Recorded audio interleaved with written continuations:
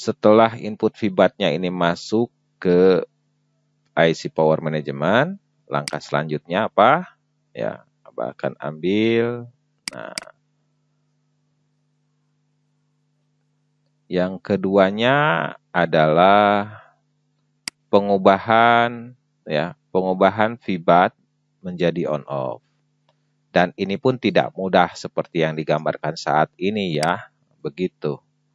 Ini kenapa di Abah bilang ini tidak mudah juga untuk menjelaskan pengolahan input feedback ini jadi on off.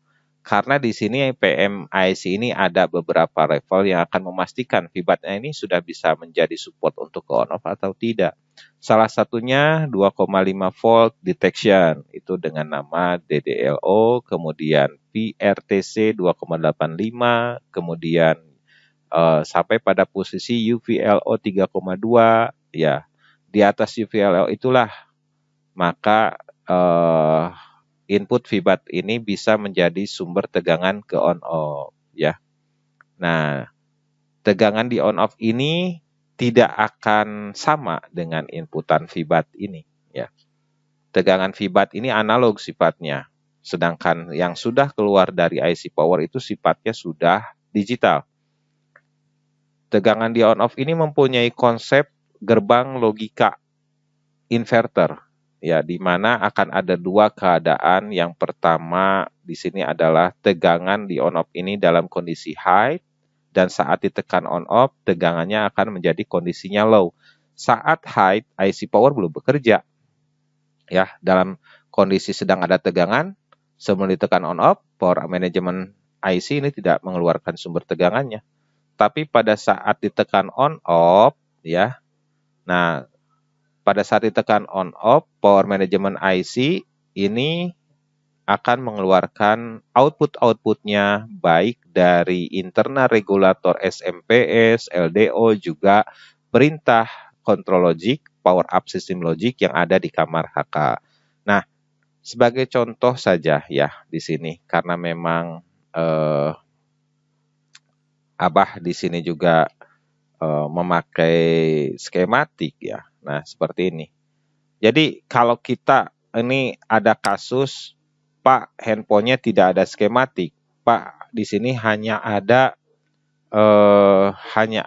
gate line, kemudian juga ada untuk bitmap-nya seperti ini ya. It doesn't matter. Tadi Abah di sesi pertama sudah coba untuk bisa mencari power management PM670-nya, tapi alhamdulillah tidak dapat ya. Tapi kita akan paksakan saja ya. Next akan Abah bahas mengenai PM670 ya. Nah, setelah kita pastikan tadi tekan on off, apa yang akan keluar langkah selanjutnya ya. Tahapan selanjutnya setelah ditekan on off itu ya, yang akan muncul adalah eng ing eng. Nah, ini tahapan yang berikutnya. Setelah input feedback masuk ke power management IC, kemudian dipastikan bahwa input feedback-nya bisa dirubah dari analog menjadi digital, yaitu tegangannya di on off di sini, ya. Kemudian memberikan inputan dengan cara menekan on off atau trigger, maka tegangan di sini dari ada tegangan menjadi 0 atau dari high menjadi low, dan itulah menjadi perintah active low untuk PMIC. Kemudian dari PMIC ini akan keluar beberapa tegangan ya untuk menghidupkan bagian-bagian yang diperlukan pada saat si SOC-nya ini startup, mau startup atau booting. Nah, tegangan-tegangan ini didistribusikan oleh power management IC ya. Salah satunya itu yaitu di sini ada yang disebut reset, ini sebetulnya bukan tegangan untuk output power ya. Nah, tapi di sini logiknya.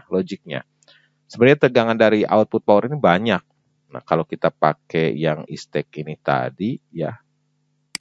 Nah, yang istek ini output power setelah ditekan on off, jreng. Nah, pakai jreng sekarang mah. Dulu pakai trot begitu ya. Jadi saat ditekan on off keluarlah seperti ini. Nah, inilah baru output dari IC power yang akan nanti dibutuhkan oleh SoC. Ya, SoC itu sistem on a chip atau rata-rata orang bilang namanya CPU, ya, Central Processing Unit, begitu. Nah,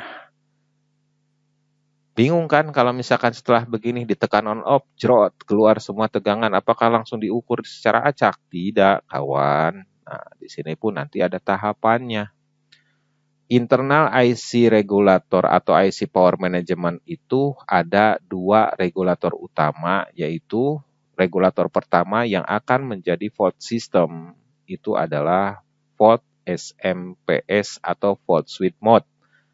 Nah, untuk Qualcomm dinamakannya VREC-S.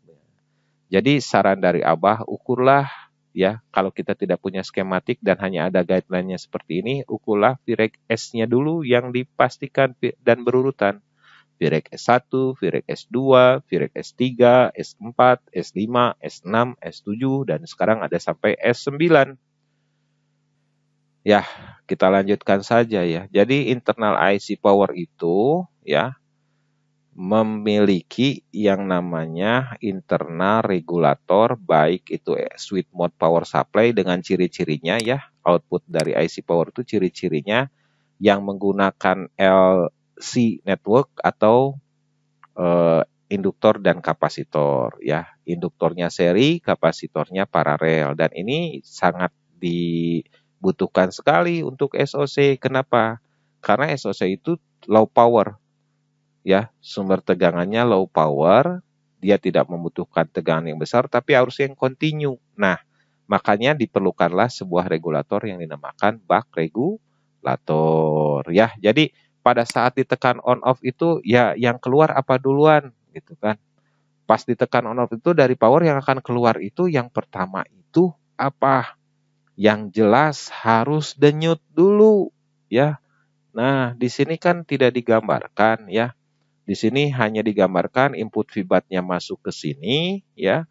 Kemudian nanti di on off-nya ada tegangan, ditekan on off langsung brojol begitu. Tidak seperti itu, ya. Karena harus ada internal dulu di sini yang dinamakan dengan fault real time clock VRTC. Nanti ada sleep clock dulu. Kalau sleep clock-nya aman, barulah ini tegangan-tegangan ini akan keluar secara bertahap. Ya, begitu secara bertahap.